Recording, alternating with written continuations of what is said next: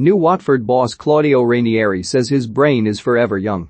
1 week short of his 70th birthday and Claudio Ranieri could be basking in the gentle glow of the Mediterranean rather than settling into the hottest of the Premier League's hot seats, but that really isn't his style.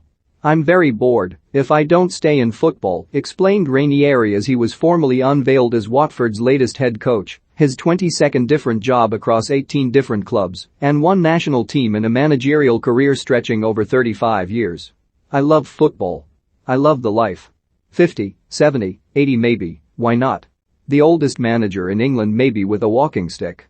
He did a little mime of a crooked old man before snapping upright to add, "But the brain is important, and the brain is very young. I came back to achieve something with Watford. I am an ambitious man. The chairman is an ambitious man. And I want to do this. I will put all my energy, all my spirit into my job, and I am so happy." His immediate targets at Watford are modest enough. "We have to be safe. I think only about the 40 points. Remember me at Leicester? 40 points, 40 points. Then 41. We have 7 and there are 33 more points to achieve. Then slowly, improve next season." This is Ranieri's 4th job in English football. There were 4 years at Chelsea from 2000, when he was dubbed the Tinkerman, because of his habit of constantly making changes to the team, and the formation jarred with a consensus that the best approach was to have a settled side. "I carried the flag," he laughed. 20 years later, and a lot of managers are Tinkermen. I have the flag, and they followed behind. But he lasted only 3 months at Fulham, his most recent Premier League posting, where he failed to remedy a dreadful start to the season.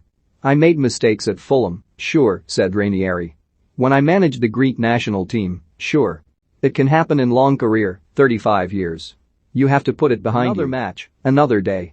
This brief spell at Craven Cottage is best reduced to a marvelous piece of trivia because he took over from Slavica Jokanovic and was replaced by Scott Parker, respectively his first and last signings when he was Chelsea boss.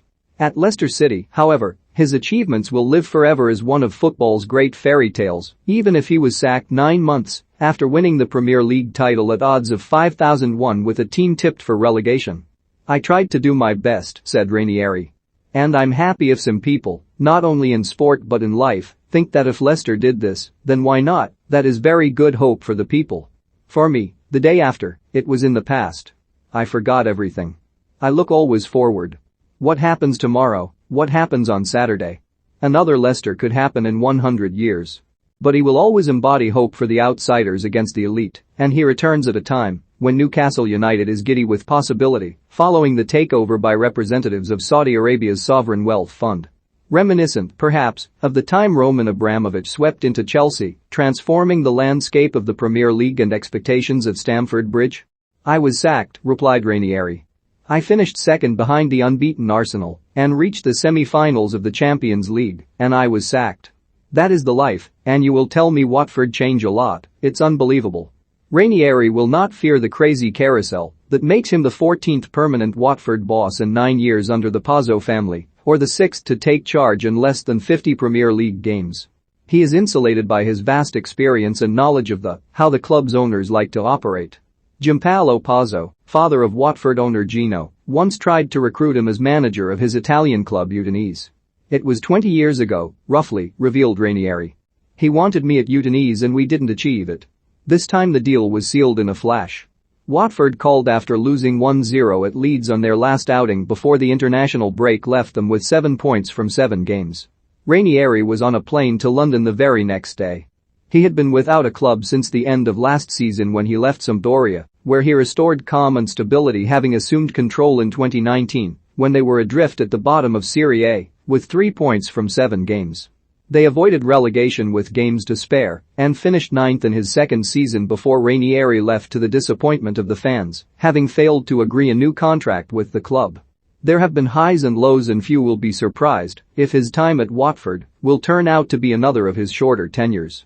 It is a daunting fixture list starting at home to Liverpool on Saturday and with Everton, Southampton, Arsenal, and Manchester United to follow before what would be his first competitive return to Leicester at the end of next month. "There will be bad moments and we have to stay close with our fans and fight," said Ranieri, and he is miming once again to illustrate his point, lifting his hands in front of his face, ducking, weaving, and jabbing. Like a boxer, there are some moments when you can punch and some moments when you have to stay covered. I maintain my spirit. Nobody can kill me, nobody. Because sport is fantastic.